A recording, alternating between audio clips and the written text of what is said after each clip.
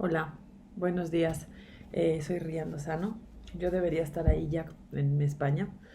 Supongo que les habrá contado Belén. Tenía el vuelo programado para salir ayer, un vuelo México-Cancún, para luego agarrar ahí Cancún-Madrid. Bueno, nos cancelaron el México-Cancún sin ninguna explicación, justo a la hora en la que ya se supone que tenía que despegar, y perdimos el segundo vuelo, con pérdida de billete y todo.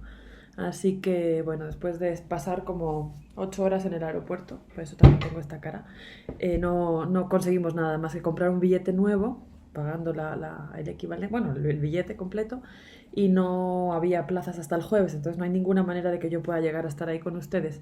Así que lo que vimos con Belén, agradezco así infinitamente todo el esfuerzo que ha hecho y toda la ayuda que me va a prestar en esta jornada. Lo que convenimos fue grabar lo que tenía pensado compartirles en vídeo, y espero que no sea demasiado aburrido, porque no es lo mismo tener ahí a una persona hablando en una pantalla que estar entre ustedes. Lo bueno es que, bueno, Belén y yo nos conocemos hace mucho tiempo, hemos trabajado mucho juntas, entonces supongo que no va a tener ningún problema. Lo voy a hacer lo más fácil posible pensando en ti, Belén. Espero que no tenga mayor problema en poder continuar bueno, sobre todo empatando lo que voy a estar contando con las imágenes que tenía también programadas. He decidido que voy a leer para ser, digamos, lo más concreta posible, porque también lo que había pensado es hablar allá como alrededor de una hora. Voy a tratar de hacerlo un poquito más sintético para que no sea, como decía, tan aburrido, y sobre todo leerlo para que Belén pueda tener el mismo texto y pueda ir pasando a la vez el PowerPoint y tenga sentido lo que digo con lo que van a ver, lo que vais a ver vosotros.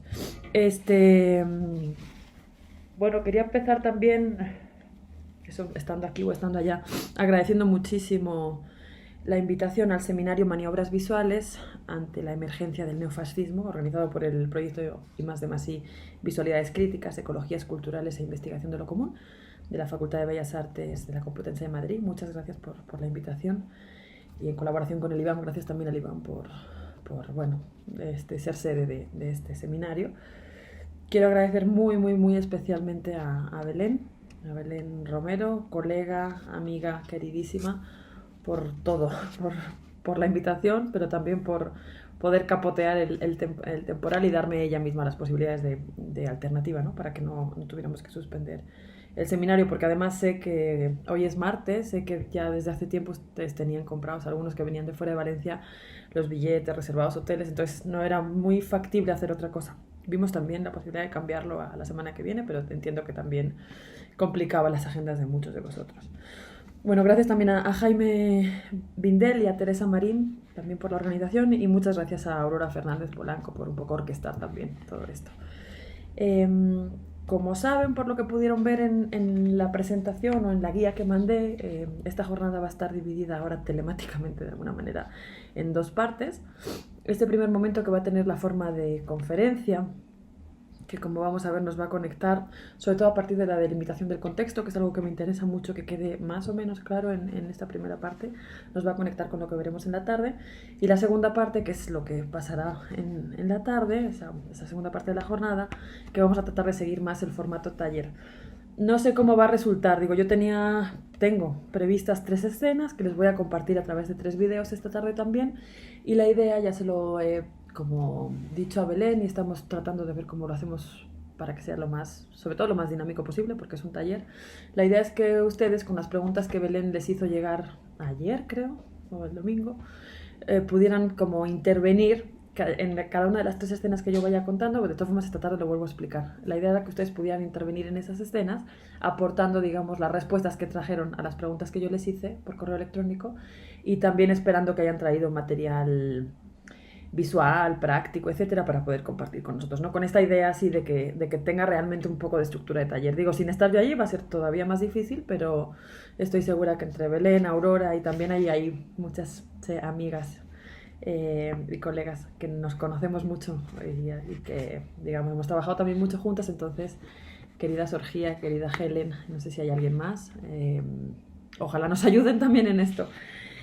Bueno, como habéis visto desde el título, lo que voy a presentar en toda la jornada son algunas ideas que parten del análisis de la visualidad, sobre todo de las potencias de lo visual, de pensar lo visual en términos, digamos, de potencia, desde un contexto muy específico, el contexto de América Latina y de manera más concreta todavía el contexto mexicano.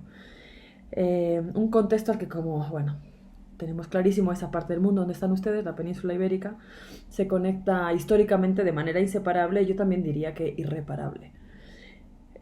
Como sabéis, nos encontramos en un momento donde a lo largo y ancho del planeta, podríamos decir, los discursos y las prácticas racistas, xenófobas, machistas, supremacistas, en una además como orquesta perfectamente sostenida por el sistema socioeconómico neoliberal, todas estas prácticas, decía, están aplastando literalmente y también figuradamente las vidas de millones de personas a partir de prácticas de terror y de horror absoluto, sostenidas también por violencias radicales.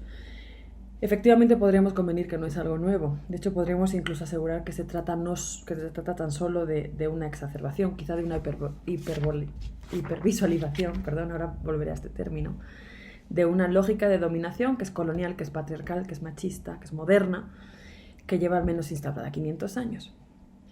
Estas formas de dominación o este escenario, como el autor africano Achille Mbemba lo cita, lo menciona, este escenario de terror moderno, este mundo de muerte, estoy citando directamente a Mbemba, ligado, como él dice, a las experimentaciones necropolíticas, se extiende como una mancha gigante de aceite global a lo largo y ancho del planeta y que además estamos viendo avanza con renovados como tintes y alcances ideológicos.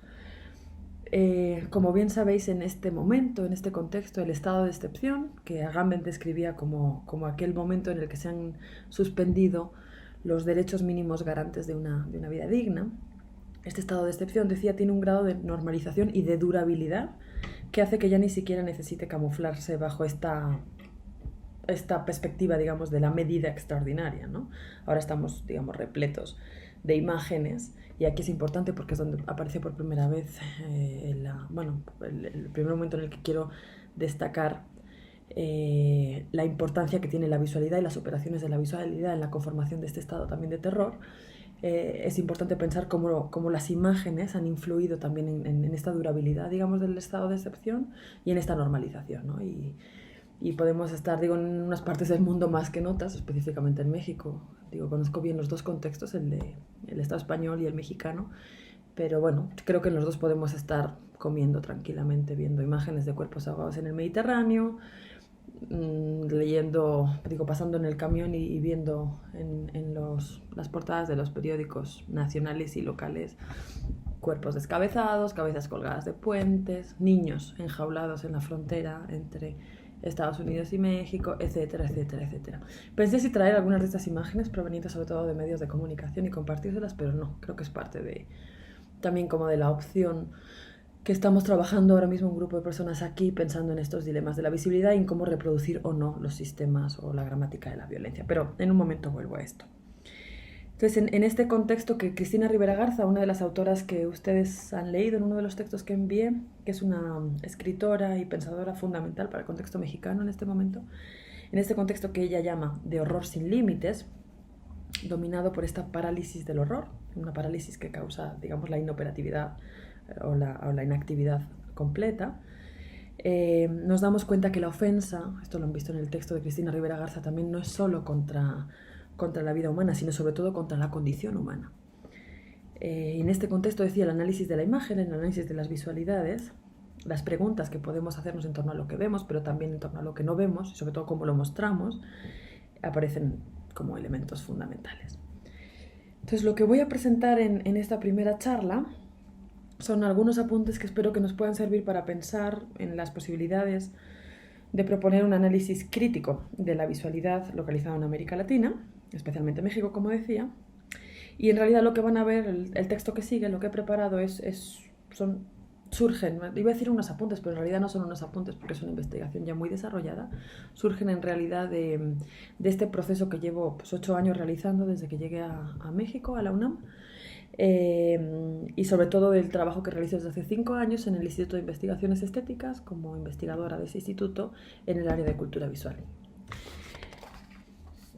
Y además, esto es algo que quería como avisarles también desde el principio, porque algunas compañeras y amigas conocen mi trabajo,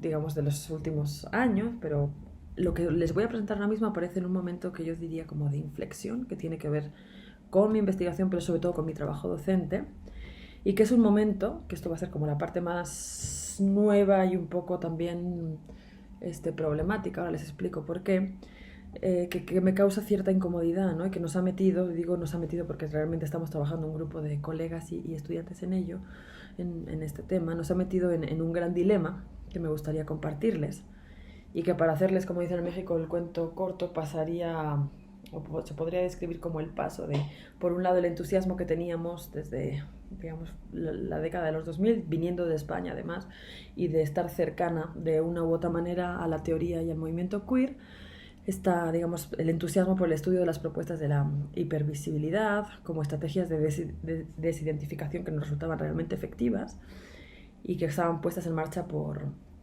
prácticas visuales feministas, desde luego ligadas a la teoría queer, pero también la teoría queer, C-U-I-R, lo pronuncio igual, pero lo estoy tratando de diferenciar queer en anglosajón, queer, C-U-I-R, como esa traducción latinoamericana.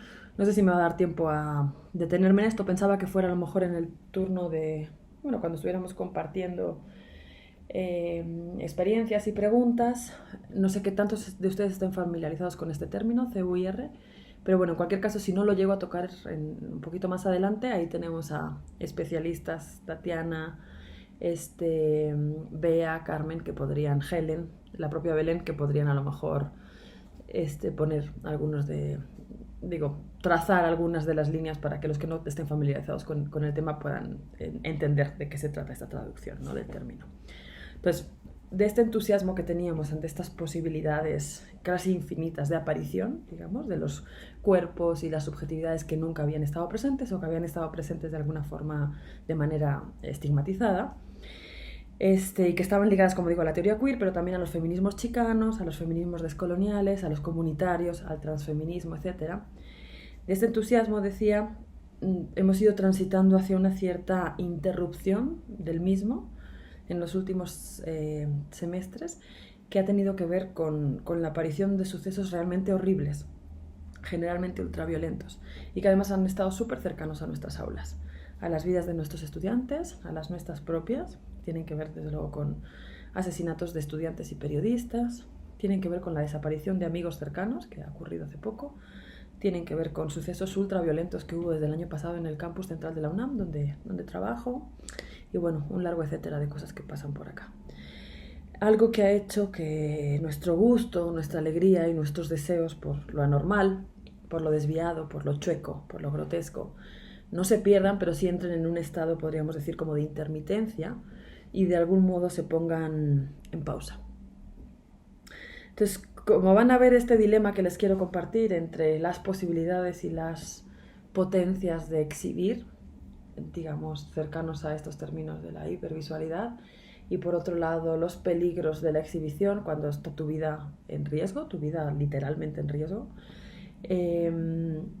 Este dilema, decía, representa un poco el tránsito que les quería compartir, en el que mi trabajo se está desarrollando ahora mismo, y que va a imprimir, y esto también lo quería decir, como un cierto tono esquizofrénico a esta presentación, porque voy a pasar de una cosa a otra con la intención de que de verdad se quede reflejado este dilema, que da nombre ahora mismo al seminario que tenemos, que coordina un seminario de posgrado con María Isabel Austegi-Goitia desde hace ya 2 semestres, vamos a ir por la 3ª edición, y que se llama justamente así, los dilemas de la visibilidad, o los dilemas de ser vistas.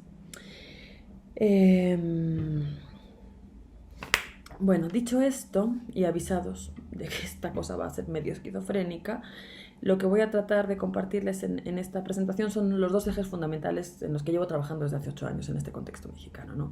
Y que son, por un lado, el análisis del papel que la producción visual tuvo en el desarrollo de la empresa colonial y que tiene aún hoy en el sostenimiento de eso que conocemos como colonialidad. En un momento me voy a detener a explicar o a compartirles qué significa este término y de dónde surge.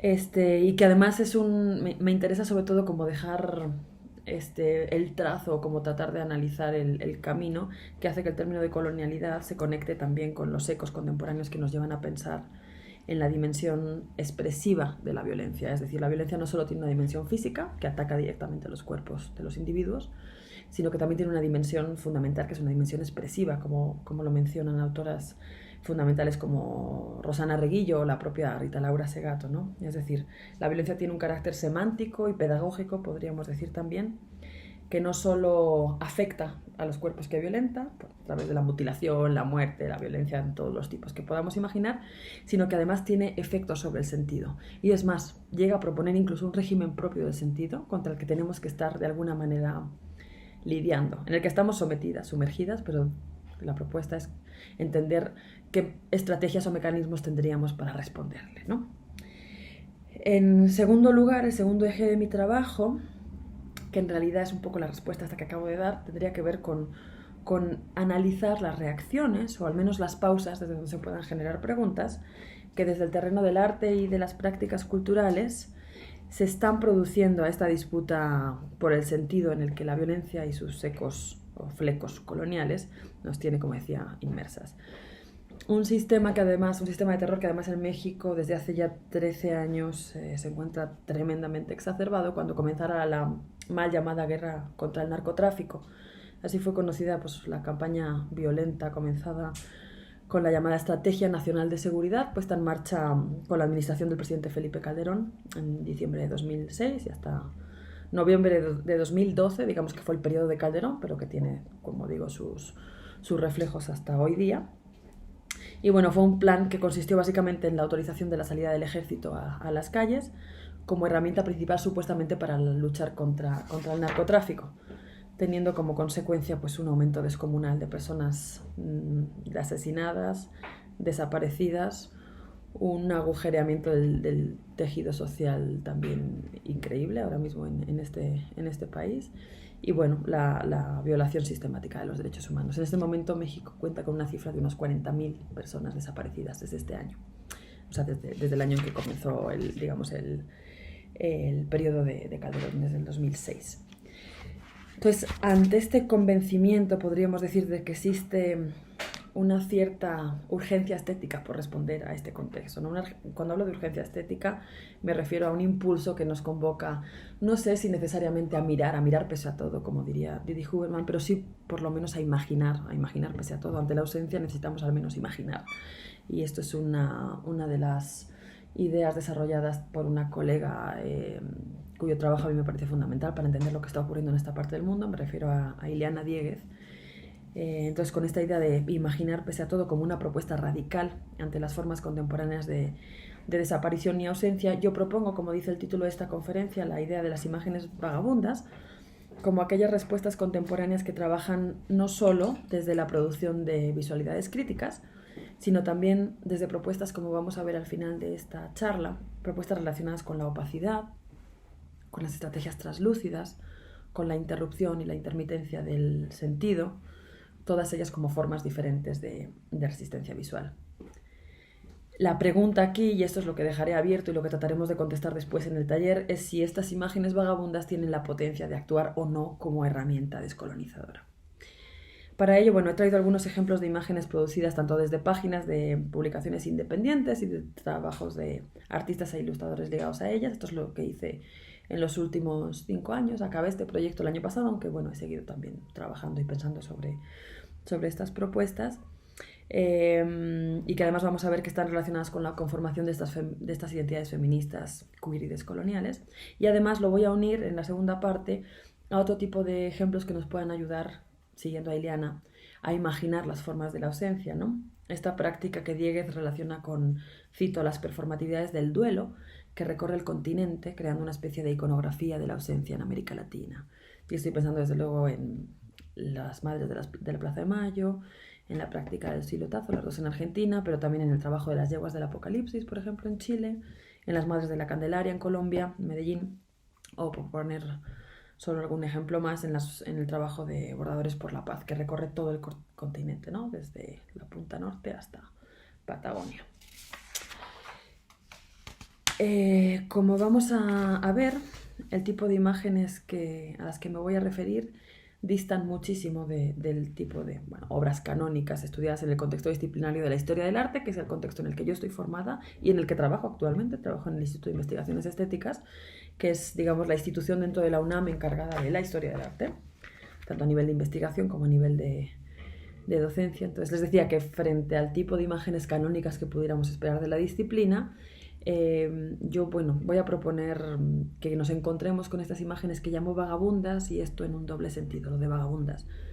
En primer lugar, sí, en el sentido de ambulantes o errantes, porque son imágenes que vamos a ver que circulan desde las páginas de fanzines, distribuidas e intercambiadas en ferias, de ahí a contextos académicos y museísticos como este, o otras que surgen, por ejemplo, del trabajo realizado en apoyo y sostenimiento a las familias que forman parte de las brigadas de búsqueda de personas desaparecidas, o por ejemplo de las fotografías macabras publicadas por los periódicos de Nota Roja, los periódicos de sucesos, así se llama en México, la Nota Roja. Y son imágenes que sí, compartimos historiadores del arte, artistas, activistas, familiares de desaparecidos, periodistas, asociaciones civiles, etc. Por eso me interesa también como enmarcar mi trabajo dentro del ámbito, digamos, más amplio y más elástico de la cultura visual.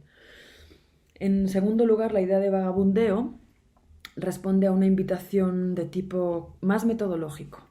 Y esta invitación está lanzada en realidad por la socióloga boliviana Silvia Rivera Cusicanqui, de que también han leído un fragmento de su Sociología de la Imagen, y a cuyo trabajo además me voy a referir a lo largo de esta charla, y que espero que después ustedes puedan retomar en la conversación, porque creo que de verdad es un aporte interesante y fundamental para pensar cómo producir estas respuestas, ¿no? No sé si alternativas, pero sí por lo menos con un cierto gesto descolonial. Después les voy a explicar también por qué prefiero hablar de gesto antes que de práctica o de actividad descolonial. Bueno, entonces, como decía, Rivera Cusicanqui presenta a nivel metodológico la mirada vagabunda, que ella une además a un concepto maravilloso, el de la curiosidad. O sea, vagabundeo y curiosidad es como un binomio indisoluble. Y lo presenta como un método de lectura descolonial. Un gesto que ella describe como el, cito, ejercicio de la mirada periférica, el vagabundeo, aquel capaz de conectar elementos diversos gracias a la acción misma del transitar y del vagar.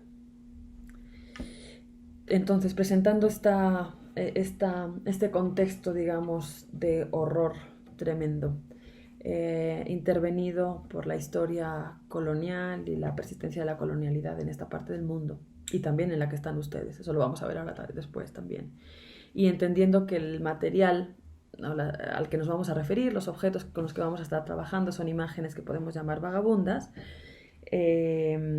Vamos a adentrarnos ya al contenido, no sin antes hacer un último paréntesis que tiene que ver con esta introducción. Y perdón si la introducción se me está haciendo más larga de lo esperado, pero bueno, también en esta parte del mundo, gracias a la práctica literaria de autores como el subcomandante Marcos, aprendimos que a veces las notas al pie y las introducciones son hasta más importantes que los cuerpos de texto. Entonces, les pido también ahí su comprensión.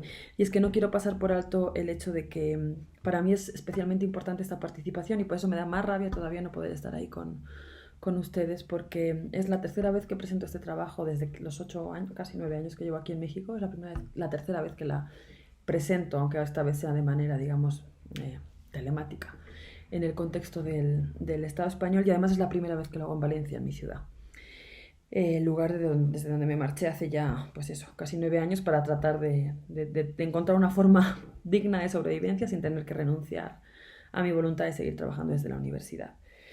Y esto es súper importante para mí por 2 motivos. Primero, porque voy a hablar de cosas relacionadas con el proceso colonial, con una parte de esa historia de España y también de Portugal, creo, no demasiada contemplada todavía hoy en día, ni en nuestros programas de estudio, ni en nuestras propuestas culturales, ni en nuestras investigaciones, con excepciones, claro, como el trabajo que realizan desde el grupo de investigación que coordina Aurora, ni desde luego tampoco nuestras memorias ni corporales, ni materiales, ni afectivas, ¿no? Y en segundo lugar, también porque para mí es fundamental presentar esto, yo como española, entre no latinoamericanos, es decir, entre gente también con la misma nacionalidad que yo, o más bien entre un público que vive en aquella parte del planeta, ahí, en el Estado español.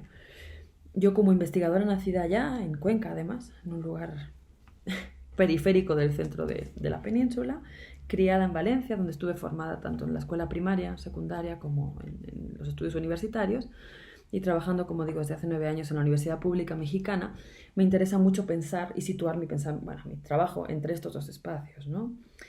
geográficamente alejados e históricamente unidos, Europa y América Latina. Y esto además me interesa de alguna manera tratar de marcar, de abrir quizá esa herida colonial tan olvidada, tan tapada, tan desconocida en aquella parte del planeta donde están ustedes, y también descrita por autores latinoamericanos y chicanos, ¿no? Estoy pensando en Gloria Anzaldúa, la primera, que es también otra de las autoras que seguramente ya conocían, pero bueno, en cualquier caso han leído con los textos que les envié, pero también estoy pensando en otros textos clásicos, ¿no? De autores como el peruano José María Arguedas y su texto Los ríos profundos, producido a finales de la década de los 50, o el mismo Eduardo Galeano, ¿no? Con Las venas abiertas de América Latina, un texto ya de los 70. Y bueno, este interés que tengo por marcar esta herida o por lo menos nombrarla pasa por pensar cómo ubico aquí en México mi trabajo, ¿no? Un trabajo en torno a la descolonialidad. Yo, como persona blanca, de nacionalidad española, con una posición socioeconómica muy cómoda en un país como México, y en este terreno tan complejo y tenso de relaciones políticas, económicas y epistemológicas. Creo que ustedes igual pudieron hacerse una idea de esta complejidad y de esta tensión cuando hace unos meses, justo después de la toma de protesta, el presidente de México, Andrés Manuel López Obrador, solicitó que la corona española se disculpara de alguna manera por los agravios cometidos durante la conquista. La verdad no estoy segura de qué tanto pudieron captar las reacciones también producidas desde esta parte, desde México. Yo sí seguí mucho y con mucho estupor las que se generaban en España, pero bueno, sería interesante a lo mejor también para la conversación traer esto, ¿no? ¿Qué significa esta petición también en el contexto político en el que nos encontrábamos en este momento, ¿no? Y que sirvió, digamos, para también la espectacularización que ha rodeado la toma de protesta y los primeros meses del mandato de López Obrador, pero que por otro lado responde también a algo que está pendiente y cuya reacción además en aquel lugar, al menos hasta donde yo pude seguir, fue más que desproporcionada. Dejo aquí el primer video y ahorita les mando otro para que no tengamos problemas como de que pese demasiado.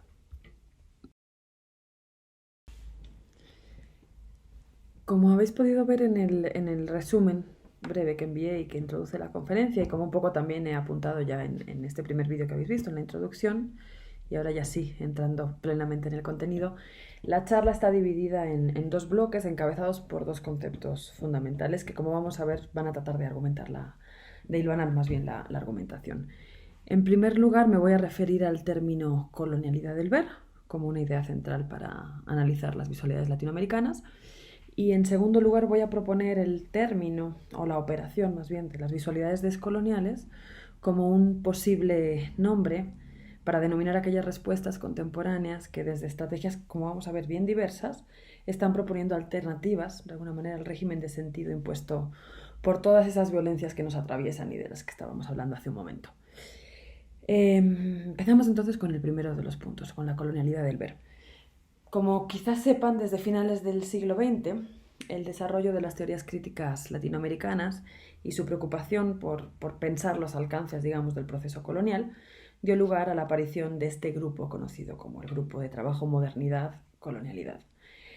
Intelectuales integrados en el proyecto y provenientes de diferentes países de América Latina y muchos de ellos con un pie en la academia norteamericana, esto es importante, en Estados Unidos, desarrollaron un repertorio de categorías críticas para el análisis de las sociedades contemporáneas y también del trasfondo, esto es lo fundamental quizás, del trasfondo colonial que sustenta el discurso de la modernidad occidental.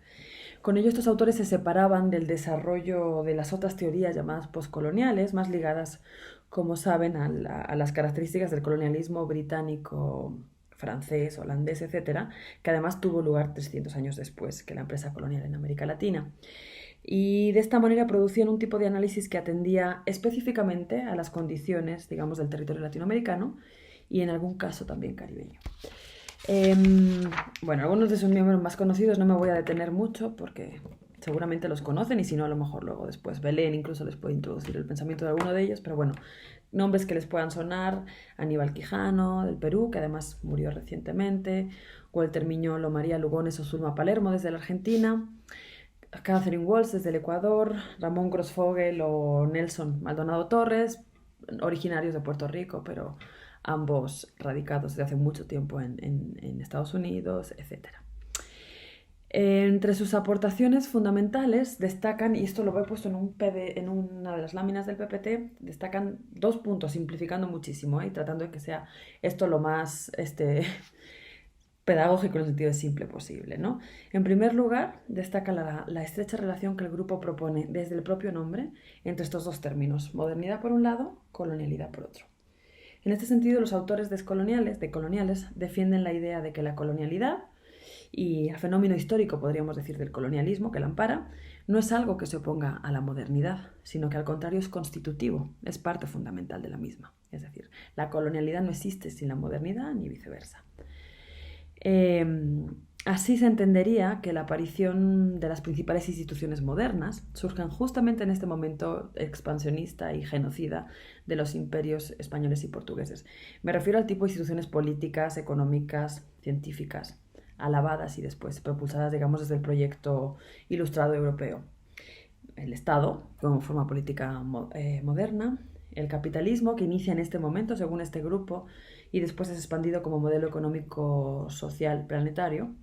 Y es que estos autores consideran, esto es también uno de los puntos fundamentales, ellos piensan que con la conquista del llamado Nuevo Mundo aparece la primera acumulación en términos capitalistas de bienes, es decir, a partir de la explotación de los recursos de ciertas partes del mundo, las colonias, extrayendo sus materias primas y explotando la mano de obra, las otras partes del planeta, en este caso los imperios, se dedicaron a convertir estas materias primas en bienes de consumo y comenzar de esta forma el proceso de fetichización de la mercancía que da lugar al desarrollo posterior del capitalismo. También otro de los hitos fundamentales en este momento es la aparición de la conocida como ciencia moderna, con la invención de la raza como una de sus categorías centrales, ¿no? Puesta además al servicio de la explotación natural, de la explotación humana en los territorios conquistados. Pensemos en los naturalistas, en los ilustradores de los libros de viaje, en el desarrollo de la botánica como disciplina científica moderna, también en ese sentido, etc. De este modo, el enfoque decolonial propone que la empresa colonial fue la base para el desarrollo material, ideológico y social de eso que conocemos con el nombre de modernidad, oponiéndose en cambio a todos esos otros discursos evolucionistas, desarrollistas de la filosofía y las ciencias sociales, que se dedicaban o se han dedicado o se dedican todavía a presentar el modelo civilizatorio en el que vivimos, el actual, como la cumbre del desarrollo intelectual y científico europeo, ¿no? Y que en el mejor de los casos han justificado que el colonialismo fue solo la peor cara, digamos, de la moneda de este proceso, algo así presentado como a veces un mal menor, ¿no? Un daño colateral necesario, digamos, para conseguir nuestro gran estado iluminado. En segundo lugar, la primera, digamos, de las características que tenemos que tener en cuenta en torno al trabajo del grupo es, como decíamos, esta unión entre los dos términos, modernidad, colonialidad. En segundo lugar, decía, resulta fundamental también, en relación al trabajo del grupo, la diferenciación que estos intelectuales realizan entre, por un lado, el colonialismo y, por el otro, la colonialidad. Colonialismo entendido como la ocupación militar, la explotación, la anexión jurídica de un territorio por parte de un poder extranjero, es decir, el momento histórico en el que el imperio llega a conquistar y anexarse territorios, riquezas, cuerpos, etcétera, etcétera. Y por otro lado, la idea de colonialidad, entendida más bien como esa lógica cultural del colonialismo que persiste actualmente en las sociedades latinoamericanas y yo diría también que en las antiguas metrópolis, ¿no? A pesar de que el proceso, digamos, colonial histórico como tal ya haya terminado, ¿no? Terminada con las independencias en el siglo XIX. Entonces la colonialidad sería algo así como las herencias coloniales que persisten y yo diría que también se incrementan en algunos casos a pesar de que el colonialismo, como decimos, terminara en el XIX. Y además son herencias que se ven en todos los planos sociales, ¿no? En el económico, piensen en las empresas españolas, europeas en general, pero bueno, las españolas en México es muy, muy, muy flagrante como analizar qué tipo de poder económico, político representan empresas como el BBVA, el Banco Santander, Gas Natural Fenosa, Repsol, etc. También en el plano social, ¿no? El hecho de que México sea un país altamente racista, ¿no? Cuando la mayoría de su población son cuerpos racializados, ¿no? Y digamos, la cantidad de beneficios y de cosas fáciles que tenemos los cuerpos blancos, ¿no? En un lugar como este. Y herencias, bueno, que también encontramos hasta en el campo lingüístico, ¿no? Muchas veces he comentado con algunas de las colegas de allá como en México, bueno, además de que haya insultos como prieto, que significa moreno, o halagos como güerita, que significa blanca. Aparecen, bueno, todo el rato esas coletillas como el mande, cuando preguntas algo a alguien y mande, o el permiso para pasar, o otros insultos como igualado, por ejemplo, ¿no? Dicen mucho en México, se murió el indio por igualado, es decir, por querer igualarse al otro, al amo, al blanco. Bueno, hay millones de ejemplos de este tipo. Entonces, volviendo a esta idea de la separación, tras esta separación entre los dos términos fundamentales, colonialismo, colonialidad, los participantes de este grupo, impulsados sobre todo por el trabajo en este caso de Aníbal Quijano, desarrollan una triple crítica o un desdoblamiento, podríamos decir, del propio término de colonialidad, atendiendo a tres categorías que ellos consideraban centrales, ¿no? La primera es la idea de la colonialidad del poder, es decir, una colonialidad que tiene incidencia directamente política. La segunda es la idea de la colonialidad del saber, una colonialidad de tipo más epistemológico que tiene que ver con el tipo de saberes que se producen y que circulan frente a otros que van a ser relegados, invisibilizados, desaparecidos. Esto lo vamos a ver bien esta tarde en el taller. Y por último, en la tercera, digamos, de la desambiguación del término, tiene que ver con una propuesta más ontológica, es lo que ellos denominan la colonialidad del ser, y que en realidad podría definirse como la imposibilidad de pensarse y de definirse a sí mismo. Esto nos recuerda mucho también al pensamiento de algunos autores fundamentales postcoloniales como Frantz Fanon, ¿no? Y esta imposibilidad ontológica que Fanon describe como constitutiva del negro, ¿no? Bueno, entonces en estas tres, digamos, definiciones dentro del propio término de colonialidad, y siguiendo de nuevo a Quijano, la raza aparece como un elemento central, ¿no? Según este autor, el autor peruano, la idea de raza que cito a Quijano, en su sentido moderno no tiene historia conocida antes de América, o sea, la raza aparece con América como territorio conquistado y expoliado. La idea de raza, decía, fue asumida por los conquistadores junto con la nueva estructura global de control de trabajo propia de aquellos albores del capitalismo. Perdón, no sé qué pasó, que me quedé colgada en el último momento de este fragmento, entonces ni modo. Sigo con otro vídeo nuevo. Estaba hablando justo de la idea de raza como constitutiva del propio proceso, digamos, colonial y estructuradora de la idea de colonialidad, según autores como Quijano y otros pertenecientes al grupo de modernidad-colonialidad. Y les estaba diciendo justamente que la raza, según esta perspectiva de análisis, fue la causante de la formación de estas relaciones jerárquicas y desiguales en la producción de nuevas identidades sociales, ¿no? Indios, negros, mestizos, etc. En este punto, en el momento del análisis de esta invención de la raza, podríamos decir, la visualidad, la representación visual, tuvo también un papel, como se pueden imaginar, destacadísimos, ¿no? Quizá uno de los ejemplos más clásicos es este que pueden ver en pantalla ahora mismo, y es, bueno, un ejemplo de uno de los llamados cuadros de castas, que son estas representaciones, digamos, paradigmáticas de la creación o la invención de las razas como elemento identitario de discriminación, ¿no? Que persiste todavía en las sociedades latinoamericanas y en las antiguas metrópolis hasta hoy día. El cuadro que están viendo es uno de los más famosos, es el ya conocido como Anónimo de Tepoztlán. Está aquí en México en el Museo Nacional del Virreinato. Y como no sé si sepan, pero bueno, los cuadros de castas fueron un género pictórico desarrollado fundamentalmente en la Nueva España, en México, durante el siglo XVIII, aunque también encontramos ejemplos muy destacados en los Andes, especialmente en Perú.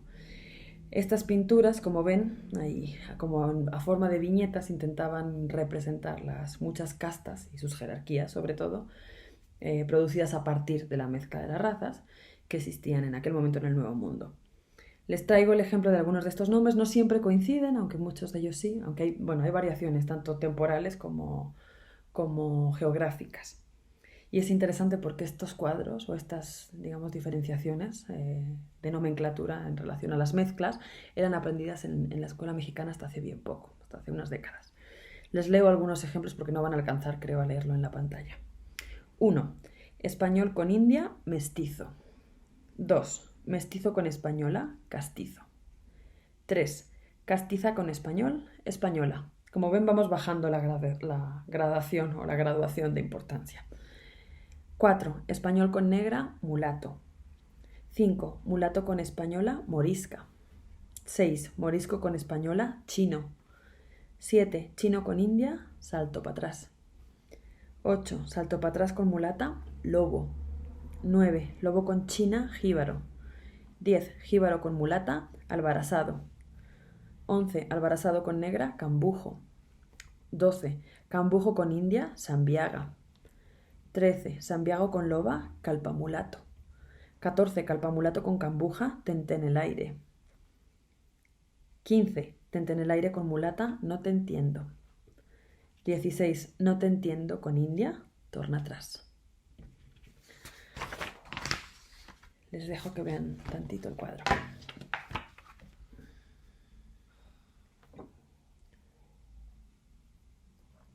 Bueno, volviendo al trabajo del grupo, es muy importante mencionar que existen o aparecieron otras autoras, también fundamentales y muy importantes para el desarrollo del pensamiento latinoamericano, como por ejemplo María Lugones, que rápidamente puntualizaron que esta idea de raza, imprescindible sí para pensar, digamos, las variables de la colonialidad, tenía que irremediablemente asomarse a otra categoría de exclusión y diferenciación que Quijano después diría en algún otro momento que era todavía más antigua. Me refiero al concepto de género.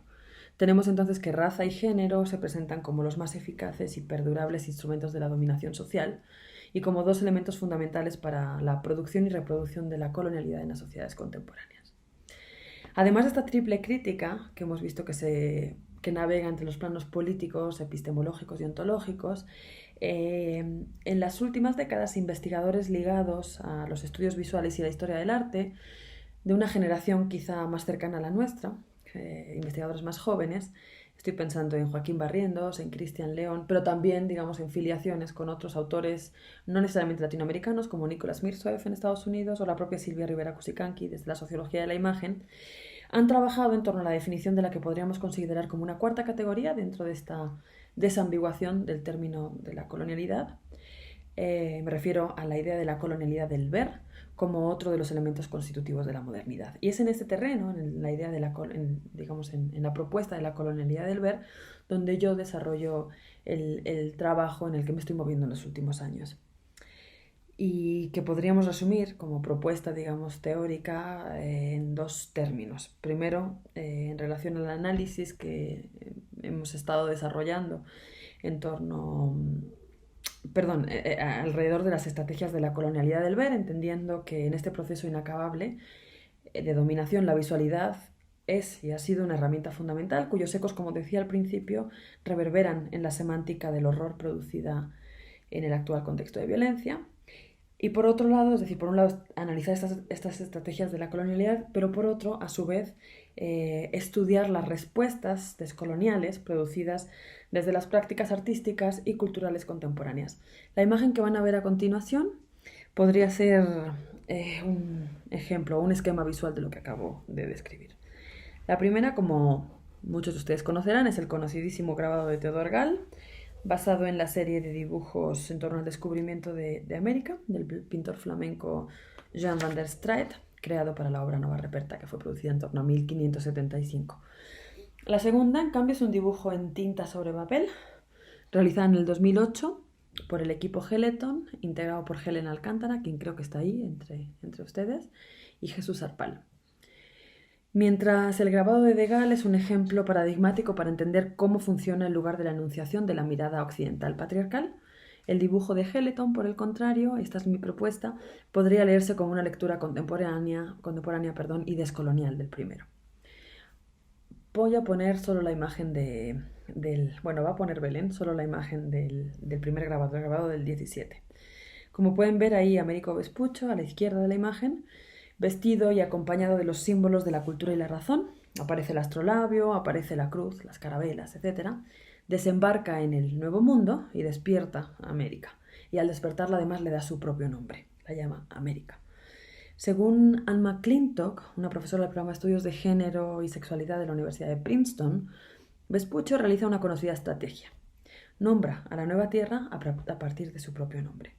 McClintock, que además fue muy bien trabajada por Belén en su tesis de doctorado, por eso ella podrá también como ayudarnos a conducir la discusión después, si es que decidimos detenernos en este punto. McClintock recuerda que para Luis Irigaray la insistencia masculina de, cito, marcar el producto de la cópula con su propio nombre, radica en la incertidumbre que los hombres siempre tienen respecto al origen. La manera de aplacar esta ansiedad, según esta autora, que cita directamente a Irigaray, sería el acto de dar el propio nombre, algo que tiene que ver directamente con el patrimonio, con el pasar de padres a hijos, ¿no? Además, América, como ven, en este grabado es representada a través de una alegoría muy conocida.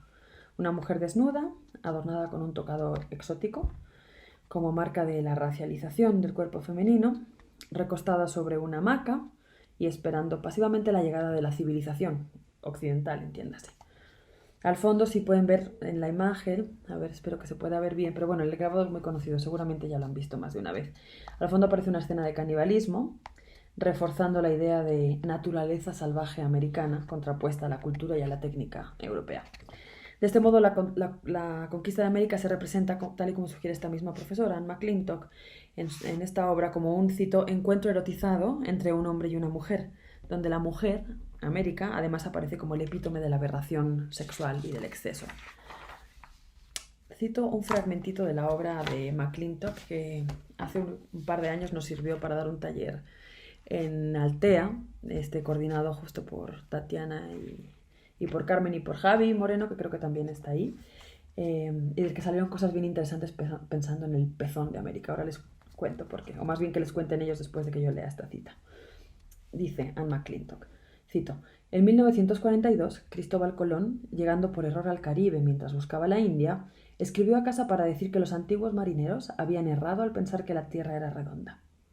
Más bien, apuntó, la Tierra tenía la forma de un pecho de mujer, con una protuberancia en su cumbre como el contorno inconfundible de un pezón, hacia el cual él navegaba lentamente. La fantasía del pecho de Colón se inserta en una larga tradición de viajes masculinos como una erótica de la violación. Durante siglos, los continentes desconocidos, África, las Américas, Asia, se figuraron en la sabiduría europea como eróticos y libidinales. África y las Américas se convirtieron en lo que podemos denominar pornotrópicos para la imaginación europea, una fantástica linterna mágica mental en la cual Europa proyectó sus prohibidos deseos y medios sexuales. Fin de cita. El texto del que estoy leyendo es Imperial Leather, Race, Gender and Sexuality in the Colonial Context. Es un texto antiguo, del 95, pero que sigue siendo súper utilizado en esta parte del mundo para entender como los procesos de invención, digamos, de América. Pasamos a la siguiente diapositiva. Unos 428 años después, el equipo Heleton realizó esta versión del conocido grabado. En realidad, el dibujo de Heleton surge de dos representaciones diferentes. Por un lado, la obra de Gall, y por otro, la famosa alegoría de América, producida por Cesare Ripa, presentada en su iconología de 1618, que como saben es una de las más importantes colecciones de alegorías producidas durante el Renacimiento, y aparecía representada aquí como una de las 4 partes del mundo, ¿no? Acompañada además de esta descripción que tomo directamente del tomo 2 de la edición de Siena, reeditada por Gall en el 2002. Aquí aparece, les voy a mostrar en pantalla tanto la imagen de Ripa como la descripción. Les leo solo unos fragmentos para que nos hagamos una idea de dónde... Bueno, en realidad también tenemos ahí a Helen que nos podrá describir en primera persona cómo fue el proceso de producción de este dibujo, que además forma parte de una serie. Dice así el texto de Ripa. Mujer desnuda y de color oscuro mezclado de amarillo. Será fiera de rostro y ha de llevar un velo jaspeado de diversos colores que le cae de los hombros, cruzándole todo el cuerpo hasta cubrirle enteramente las vergüenzas. Sus cabellos han de aparecer revueltos y esparcidos, poniéndose alrededor de todo el cuerpo un bello y artificioso ornamento, todo él hecho de plumas y muy diversos colores. Me voy saltando partes. La pintamos sin ropa por ser costumbre y usanza de estos pueblos a andar siempre desnudos. El cráneo humano que aplasta con los pies muestra bien a las claras cómo aquellas gentes, dadas a la barbarie, acostumbran generalmente a alimentarse de carne humana, comiéndose a aquellos hombres que han vencido en la guerra, así como a los esclavos que compran y otras diversas víctimas según las ocasiones. En cuanto al lagarto o caimán, es un animal muy notable y abundante en esta parte del mundo. Esta otra imagen que les pongo es Europa. No me voy a detener mucho, pero fíjense la diferencia, ¿no?, en la representación y en la descripción, ¿no? Esta desde luego se presenta como la principal parte del mundo y se dedica a Ripa, y pueden ver en la descripción que les adjunto a enlistar todas las características que hacen evidente la superioridad de Europa sobre las otras 3 partes del mundo, ¿no? Bueno, de la revisión de estas dos obras, como decía, tanto de la de Gall como de la alegoría de Ripa, aparece el dibujo de Heleton, una escena en la que América, como ven, ha abandonado la espera pasiva, ahora parece parada, está de pie. Está vestida siguiendo la descripción minuciosa de Ripa, como hemos visto, con ganas parece de tensar el arco, mientras espera que del lado superior derecho aparezca el navío europeo. Vespuchos ya no está, seguramente todavía no ha llegado, nos hace pensar que la espera es como en defensa contra el invasor, y su lugar, como vemos, lo ocupa una frondosa vegetación, simbolizando de nuevo, siguiendo los principios iconológicos tradicionales, la gran abundancia de riqueza y la fertilidad de estas tierras, ¿no? Y el armadillo, como ven, pues sí ha sido sustituido por el caimán, del que también habla Ripa en su descripción. De este modo, el equipo Heleton subvierte la representación clásica del territorio por conquistar, americano y femenino, con los valores asociados de inferioridad, barbarie, recepción pasiva del conquistador, que además era el penetrador en términos de McClintock.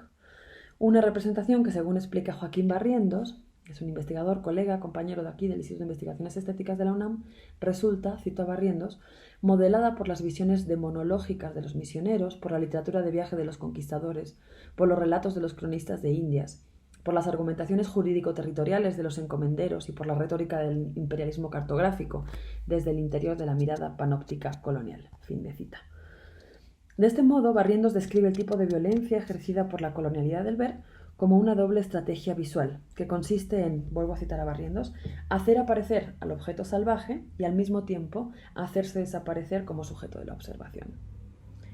En este sentido, ya hace varias décadas que aprendimos, gracias a obras clásicas como la de Todorov, pero también la de O'Gorman, una obra de los años 80, llamada justamente La invención de América, aprendimos que la representación del mundo actuó inventando el mundo, unido primero al proceso colonial y después a la colonialidad, desde entonces hasta el momento actual. Además, si retomamos las enseñanzas de la filosofía del lenguaje, especialmente el trabajo de John Austin, el su teoría de la performatividad, podríamos asegurar que las imágenes, como las palabras, también hacen cosas. Y si nos sirviéramos de las lecturas feministas de autores como Judith Butler en relación a esta misma teoría de la performatividad y los actos de género, o a la propuesta de los actos animativos de otras autoras como Diana Taylor, podríamos pensar que justo ese carácter performativo, es decir, el hecho de que no exista un original, demuestra en sí mismo el potencial subversivo de la propia representación. Así, la versión desviada que propone el equipo Heleton se contrapone con ese poder de la mirada etnófaga, esto es un término también de Barrientos, la mirada etnófaga que come alteridad, enfocando, o quizá más bien desenfocando, esas dos categorías fundamentales a las que me refería hace un momento en relación al trabajo del grupo Modernidad-Colonialidad, es decir, la raza y el género. La ilustración de Heleton es un ejemplo del tipo de prácticas que nos pueden ayudar a preguntarnos si existe algo así como una posibilidad visual descolonial, un gesto visual descolonial.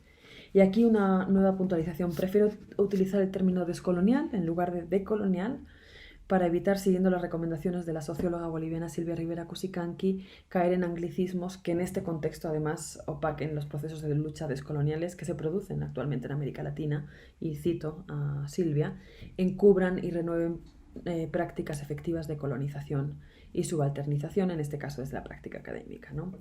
Decolonial viene en realidad, es un anglicismo, viene del término decolonial, que tiene que ver con los trabajos producidos por este grupo en la Academia Anglosajona. Por eso les decía al principio que es importante pensar que el grupo tiene un pie, o algunos de los integrantes del grupo tienen un pie más que bien puesto en la Academia Norteamericana. Esto no es ni bueno ni malo, pero en cualquier caso a mí me parece interesante entender esta propuesta de Silvia, que además han visto en el texto de Sociología de la Imagen, de que la práctica decolonial no puede separarse jamás de las luchas descoloniales producidas en el territorio latinoamericano, ¿no?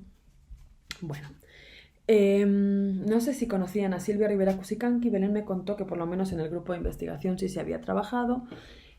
Para los que no, bueno, pues Silvia es una autora más alejada de la Academia Anglosajona que estos otros como Quijano, Miñolo, bueno, y todo, Grossfogel, etcétera, etcétera, y más cercana en cambio a los movimientos sociales insurgentes, a las luchas de los pueblos indígenas y a esa idea de que no puede, como les acabo de decir, haber un discurso de la descolonización sin una práctica realmente descolonizadora. Desde este análisis que ella, ya lo han leído, denomina sociología de la imagen y que describe como una especie de arte de hacer, una, estoy citando, práctica teórica, estética y ética que no reconozca fronteras entre la creación artística y la reflexión conceptual y política, Rivera Kusikanki desarrolla una propuesta de desfamiliarización como respuesta al ejercicio del colonialismo interno descrito, entre otros, por el autor mexicano Pablo González Casanova. Es bueno, rápidamente, el colonialismo interno es un concepto de origen marxista desarrollado en territorio latinoamericano y el que, bueno, básicamente podríamos describir como el rechazo de que el colonialismo sea solo digamos, una práctica reconocible o contemplable a escala internacional, sino que también aparece o se da en el interior de una misma nación, ¿no? Bueno, pasamos a la siguiente imagen. Como han visto en el texto, entre los análisis más interesantes de Silvia, destaca la interpretación de la obra Primer Nueva Crónica y Buen Gobierno de Guamán Poma de Ayala. Como también han visto ahí, pues él era un cronista indígena del Virreinato del Perú, que escribió en torno a 1615 esta carta de 1000 páginas, con más de 300 dibujos a tinta, dirigida al rey de España, entonces Felipe III, quien al parecer nunca la recibió y que fue desconocida hasta su descubrimiento ya en el siglo XX en una biblioteca de Copenhague donde todavía permanece.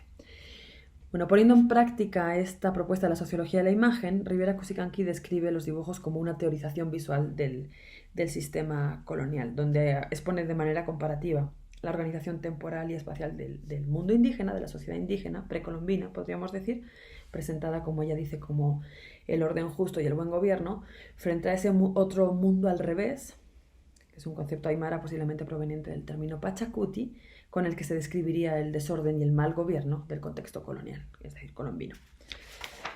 Una de las imágenes más conocidas de esta crónica es esta de la tejedora, en sus 3 versiones que están viendo ahora mismo en pantalla, donde se muestra esta dialéctica entre los 2 órdenes, ¿no? El precolombino y el desorden colonial. En la primera, Guamán representa el orden indígena, en ella, como ven, la mujer, que ahí aparece descrita como la Aguacocuarne, la mujer tejedora, ocupa la clasificación espacial más prestigiosa antes de la conquista, la primera calle. Según Rivera Kusikanki, Guamán representa, cito, a una mujer adulta, joven, tejiendo contenta como si estuviera creando el tejido de la vida comunal.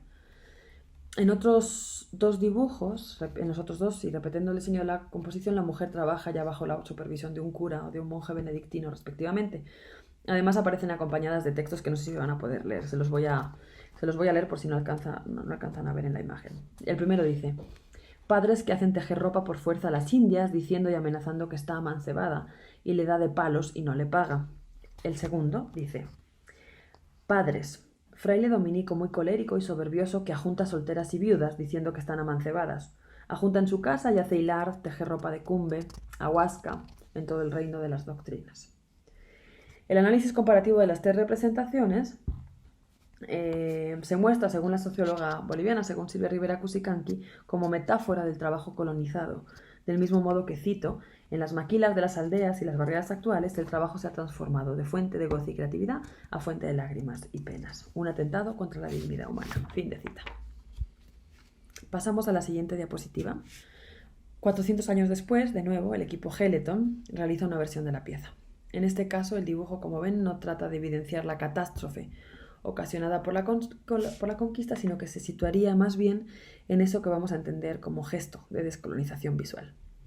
En este caso, el padre que hacía tejer ropa por fuerza a las indias ha sido reducido, como ven ahí, a la calavera y a un puñado de huesos. Nos recuerdan los tempus fugit o al memento mori de las vanitas barrocas. La vara con la que el cura, tal y como rezaba el texto original, daba de palos a la mujer amancebada, se ha convertido en otro árbol, ahí aparece más o menos frondoso, donde la tejedora va a poder amarrar su telar de cintura para poder seguir tejiendo la cobija, que ya no es para beneficio del padre o del cura, sino de su amada. Quizá por eso, como ven, también parece que ha recuperado la sonrisa en esta representación del equipo Geleton. Y el mensaje del texto pues no puede ser más claro, ¿no? Fuck off I'm crafting, pues ya lo matemos al pinche cabrón. Bien malo era pues, linda cobija tejo a mi amada. Y los daneses ya regresen a Guamán.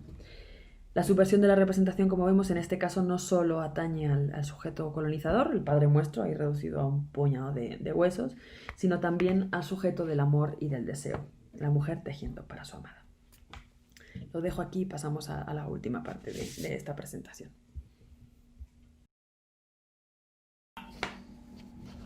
Bueno, llegamos con este último vídeo al final de esta primera parte del día, de esta presentación, donde voy a tratar de resumir, o bueno, más que de resumir, de repasar con algunos ejemplos a qué me refiero cuando hablo de las posibilidades descoloniales en torno a la visualidad, ¿no? De las visualidades directamente descoloniales. Como dije al principio de la presentación, esta perspectiva del análisis decolonial a mí me ha servido para pensar en la conformación de este tipo de prácticas como respuestas críticas a los mecanismos mediante los cuales esta matriz cultural de la modernidad ha producido tanto la invisibilización como la visibilización estigmatizada de ciertos cuerpos, ¿no? Ciertos grupos sociales, a los que hemos denominado indios, transexuales, locas, disidentes políticos, pobres, mujeres, enfermos, etc. Una respuesta en contra de ese sistema de representación hegemónico que constituyó la imagen del otro desde el exterior a sí mismo, llegando a esa imposibilidad ontológica con la que, como decíamos antes, Frantz Fanon describió al sujeto colonizado. Siguiendo los caminos abiertos por la tradición del pensamiento crítico latinoamericano en su cuestionamiento sobre la epistemología y el paradigma visual eurocéntrico, el trabajo con este tipo de prácticas tiene, como les decía, un doble objetivo. Por un lado, sí desvelar o hacer visible el lugar de enunciación de esta mirada hegemónica, que podríamos definir como occidental, colonial, patriarcal y todos los apellidos que le queramos seguir, añadiendo, y además comprender más bien sus mecanismos de producción de sentido, un sentido que es racista, que es machista, que es clasista, que es xenófobo, a través justamente de la visualidad y de los presupuestos universalistas. Según Walter Miñolo, esta primera dirección podría entenderse como, cito, una descolonialidad del arte y de la estética mostrando su regionalismo imperial, es decir, eurocéntrico. En segundo lugar, lo que me interesa, la segunda parte de este doble objetivo del que les hablaba, es entender cómo existen estas formas, podríamos decir, de presentación de otras visualidades no hegemónicas, no occidentales, descoloniales, feministas, y además al entenderlo, comprobar cómo de nuevo surge el dilema del que les hablaba al principio, ¿no? Esta incomodidad que está haciendo que yo, junto con un grupo de personas aquí en México, nos estemos moviendo hacia esos problemas en torno a la visibilidad y las propuestas de otras formas de visibilidad, pasando por la invisibilidad, etcétera, etcétera. Bueno, y es que efectivamente me interesan prácticas como las de Skeleton que hemos visto o las de Ruru que tienen en pantalla, o otras muchas con las que he estado trabajando, que son efectivamente prácticas que son capaces de crear un nuevo repertorio visual. Y este sería también el caso de muchísimos otros productores contemporáneos con los que he estado trabajando. La imagen que están viendo es un dibujo de Almendra Castillo, una artista plástica, una artista visual mexicana más conocida como Rurumi Panocha, que ha participado en varios números de muchos de los fanzines y de publicaciones independientes con las que yo he estado trabajando últimamente, como Histeria, Mari Carmen, etc. Bueno, no me voy a detener mucho, pero ven cómo su trabajo mezcla elementos iconográficos de las culturas prehispánicas con elementos críticos feministas, además exponiendo siempre como el sexo y la sexualidad en primer plano y de manera muy explícita. O pasamos a la siguiente diapositiva. Esta, por ejemplo, es otra de las ilustraciones con las que he trabajado en los últimos tiempos. Es una ilustración de Nicolás Marín, conocido como Mr. Popper, también fancinero mexicano. Esta ilustración salió en el número 2, si no me equivoco, de Mari Carmen, un fanzine producido en la ciudad de Puebla, y bueno, que está realizado tanto por Mr. Popper como por Tadeo Cervantes, en Puebla, como les decía. Y bueno, en este caso, es una imagen que para mí ha sido muy importante en el contexto de mi investigación, pero que no funciona tan bien en el contexto español, porque, bueno, la abuelita que ahí aparece, que ustedes leerán en términos de una señora mayor, en realidad es Carmen Salinas. Es una actriz muy conocida de teatro y sobre todo de telenovela en México, que además se convirtió hace unos años en un personaje bien siniestro, porque se metió así en la política más sucia priista.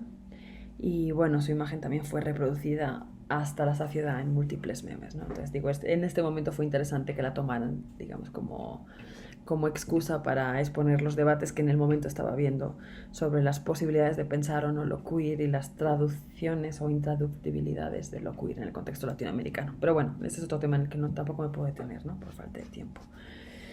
Entonces les decía que me interesan desde luego estas propuestas, la de Ruru, la de la revista Mari Carmen, otras surgidas en Histeria con muchos otros productores, pero me interesan también, y en este momento estoy prestando especial atención, dado el contexto y el momento en el que vivo, me interesan esas otras propuestas o estrategias que surgen directamente como respuesta al horror, a esa parálisis que causa el terror y que una autora como Cavero denomina horrorismo, las respuestas al horrorismo, ¿no? Y a esas formas expresivas en las que la violencia hoy, como decíamos, conforma también nuestras subjetividades y nuestros modos de estar ahora mismo aquí en el mundo. Entonces, junto con estas, digamos, formas de visibilización radical, sostenidas además en muchos casos por el uso del humor, que es algo también que he trabajado y que me parece bien interesante, ¿no? Pensando tanto en el caso que he compartido con ustedes de Helleton, como en el de Ruru, en el de Nicolás, etc. Pues frente a estas, o junto, más que frente, junto a estas propuestas de visibilidad radical, aparecen otras muchas estrategias que, moviéndose en terrenos que podríamos llamar menos evidentes, menos expuestos, están poniendo a su vez en crisis, y de manera a mí me parece que bien interesante, el concepto mismo de visibilidad, marcando todo el rato su clara relación con los regímenes de producción de sentido ligados al poder, ¿no? Entonces, este es el punto en el que me encuentro trabajando actualmente y que en cierta medida va a dar paso a lo que vamos a ver esta tarde en el taller, y que está fundamentalmente dedicado a entender, como decía, qué otras estrategias visuales no necesariamente relacionadas con procesos de exposición se están desarrollando hoy en día en nuestro contexto, en el contexto mexicano. En este contexto de violencia ilimitada, de desaparición por centenas de mujeres, de jóvenes estudiantes, de aniquilamiento sistemático de personas trans. En este contexto, en cambio, de aparición también sistemática, masiva, tanto en los medios de comunicación como en el espacio público, de manos cercenadas, de cabezas cortadas, de genitales exhibidos, de gritos de terror. En este contexto, como decía Cristina Rivera Garza, de terror y de horror sin límite, creo que pensar el silencio, pensar la opacidad, pensar la translucidez y la intraducibilidad en relación con las políticas de la imagen y la producción de visualidades, creo que esto puede funcionar como estrategias no solo de resistencia, sino también de defensa, de protección y hasta de sobrevivencia. En cualquier caso, como estrategias de interrupción de lo representable, de lo visible y también de lo narrable. Para ello, y buscando entender las tensiones éticas, estéticas y políticas producidas por esta intermitencia entre visibilidad e invisibilidad, surgen muchas preguntas que nos estamos haciendo. De nuevo, insisto, hablo en plural porque es el trabajo que estamos realizando sobre todo desde el seminario de posgrado que coordino, ¿no? Y es muy interesante además ver cómo se conforman en un espacio de una universidad pública como la UNAM, donde trabajamos de manera intensa estudiantes y profesoras e investigadoras.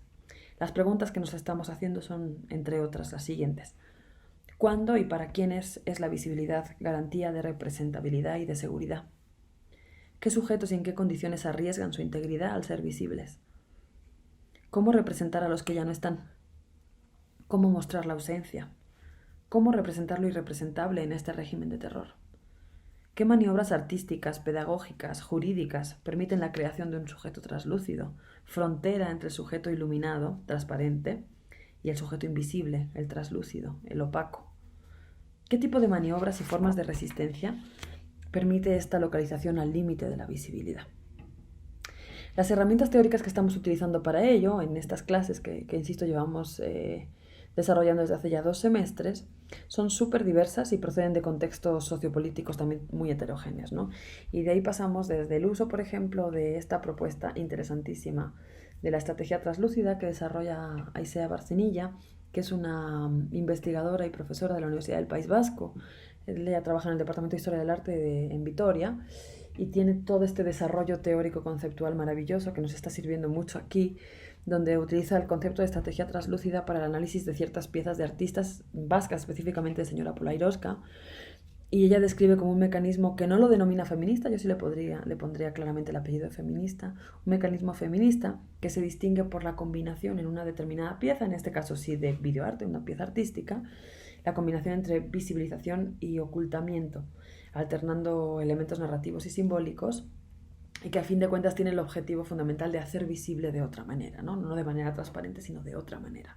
Entonces, digo, trayéndonos el contexto de producción feminista vasco al territorio mexicano, nos hemos dado cuenta cómo las propuestas translúcidas podrían sernos útiles para pensar algunas prácticas que se están desarrollando aquí.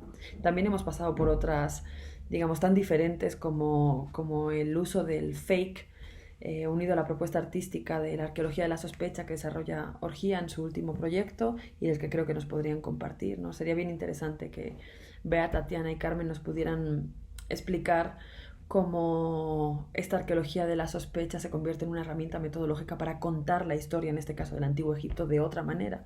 Y contar la historia de otra manera significa también visibilizarla de forma diferente, ¿no?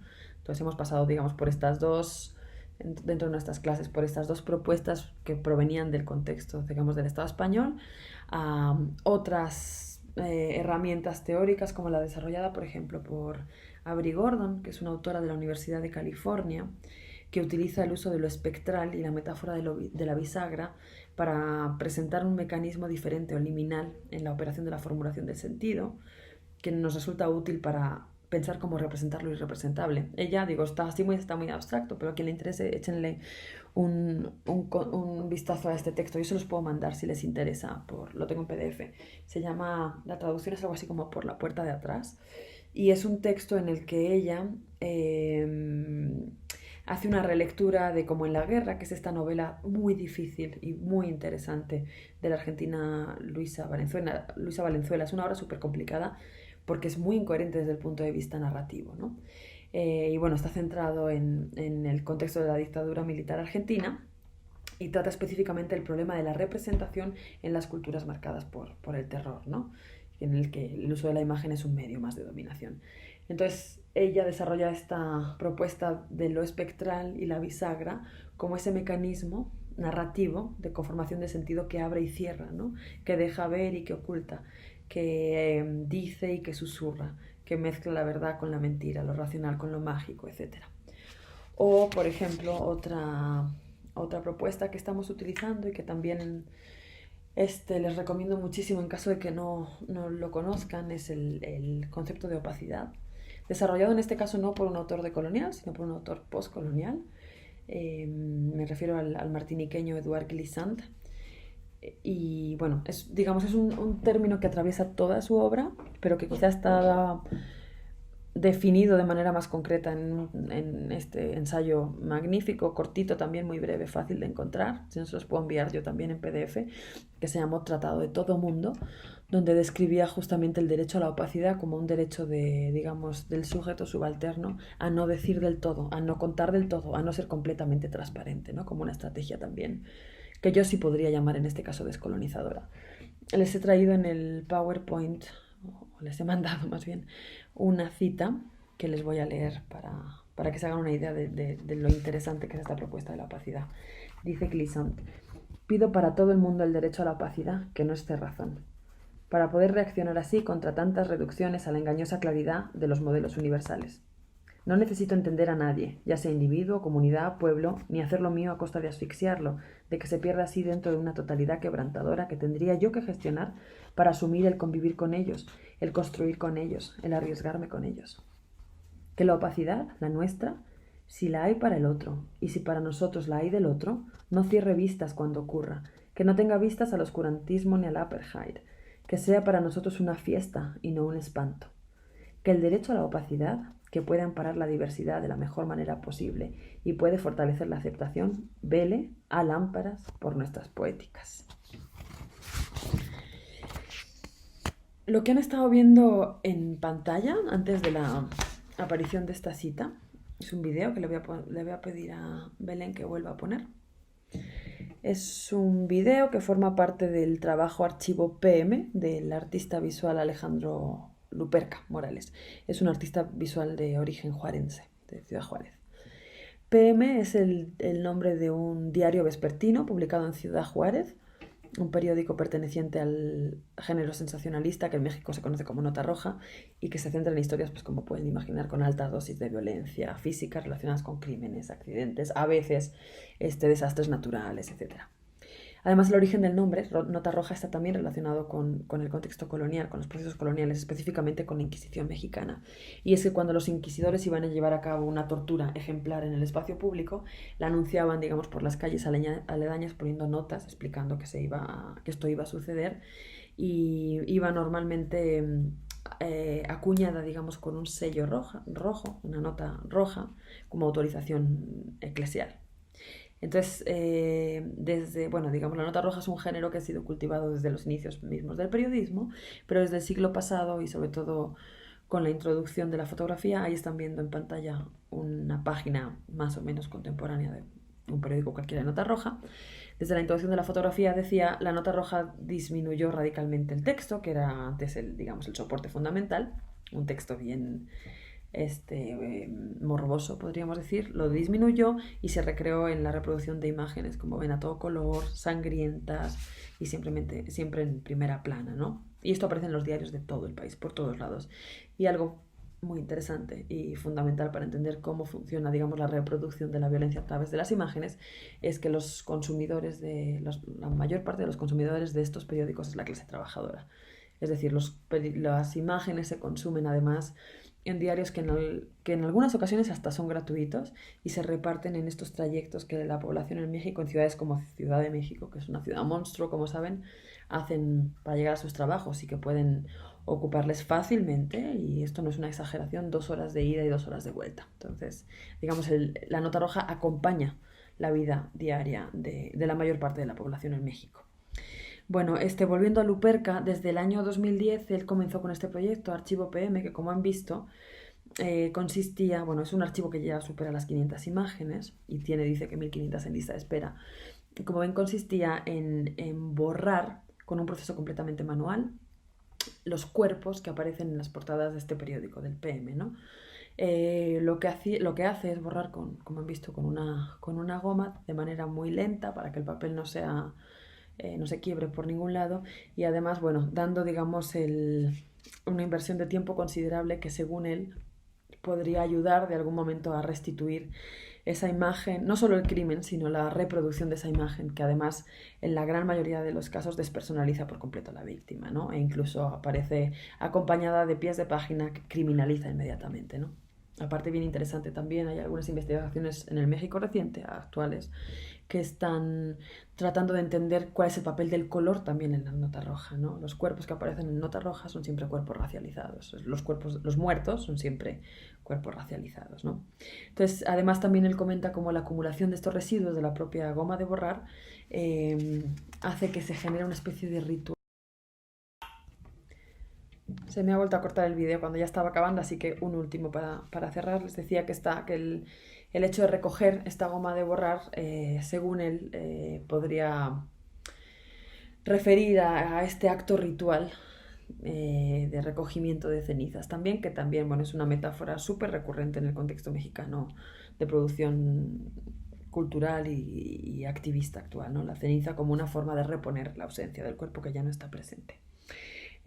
Acabo con esta imagen. Esta otra imagen es una fotografía del trabajo Cuendas de Laura Valencia, otra artista también del contexto mexicano. Ella nació en Ciudad de México.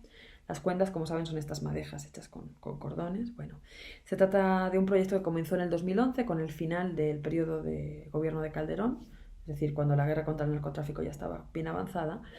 Y bueno, es una acción que comenzó además organizando talleres donde ella invitó a participar a familiares víctimas de desapariciones, a activistas, a voluntarios, que comenzaron a partir de la altura y el peso de las personas desaparecidas, de personas con nombres y apellidos, es decir, de personas reales, comenzaron a realizar estas cuendas de color negro que tenían una longitud equivalente a la masa corporal de los desaparecidos, ¿no?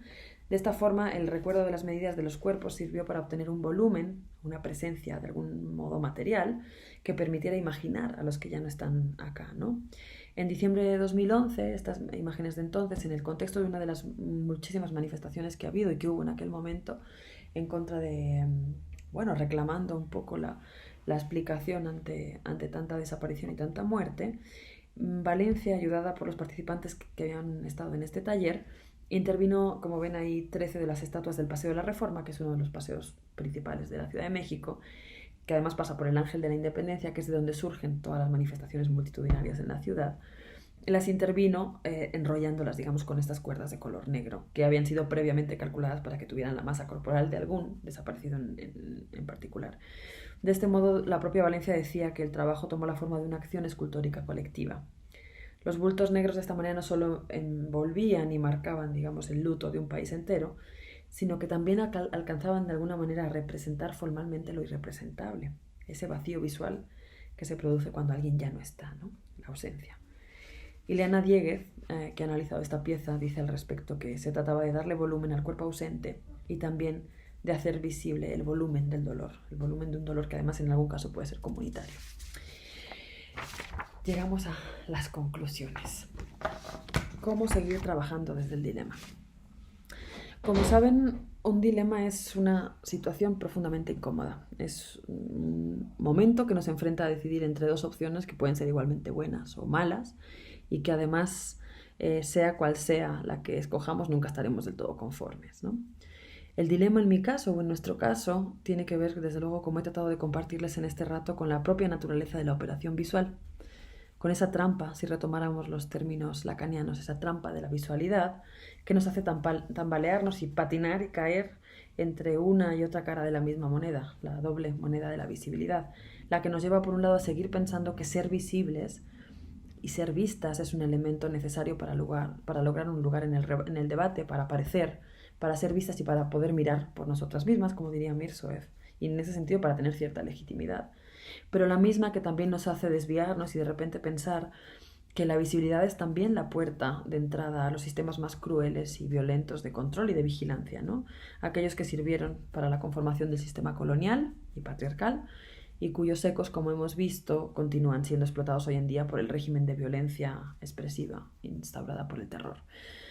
En este sentido, si bien existen trabajos, como hemos visto, que actúan de manera directa como respuesta a estos regímenes de visibilidad establecidos desde los sistemas de poder, proponiendo imágenes y modo de circulación de las mismas alternativas, en el sentido que Mirsoev le da tanto a la visibilidad como a esa otra propuesta que él tiene de contravisualidad, ¿no? La propuesta alternativa de mirar y ser vistas. Frente a esto, o junto a esto, de nuevo, pienso que en la actualidad, en el contexto que vivimos específicamente en México, en América Latina, estamos viendo cómo la producción directa de imágenes contravisuales, si es que las pudiéramos llamar así, no es quizá la única ni la más efectiva de las respuestas. Mi hipótesis, y con esto acabo dejando abierta la puerta para lo que vamos a ver esta tarde, a los temas que vamos a tratar de discutir, la hipótesis sería que frente a la claridad, la luminosidad y la transparencia enarboladas por el sistema epistemológico moderno, y además siguiendo las lecciones postcoloniales, en este caso del pensamiento archipielar o antillano, me refiero a autores no solo como Glissant, pero también como Aimé Césaire o incluso la propia Suzanne Césaire, podemos empezar a pensar que existen otro tipo de maniobras, y ese es el concepto con el que comenzaremos el taller esta tarde. Existen cierto tipo de maniobras que tienen que ver con los gestos, que anunciaba también al principio de esta charla, que nos ayudan a pensar que la práctica traslúcida, la opacidad, la intermitencia, son otras formas de entender y de abordar hoy día las posibilidades de la práctica o de los gestos descoloniales. Es en este sentido en el que muchas prácticas artísticas, que son además procesos de acompañamiento a víctimas, procesos de respuesta al régimen, digamos, de visibilidad hegemónico instaurado por medios de comunicación, etcétera, etcétera, son prácticas que además producen espacios liminares de exhibición. La respuesta, claro, sería, y con esto acabo, cómo saber qué mostrar, cómo instaurarnos o instalarnos en ese régimen de liminaridad, sin desaparecer, pero sin a la vez ser completamente expuestas. Bueno, muchas gracias. Espero que no haya sido demasiado aburrido la presentación por video. Y bueno, damos paso al debate. Belén, gracias por la ayuda.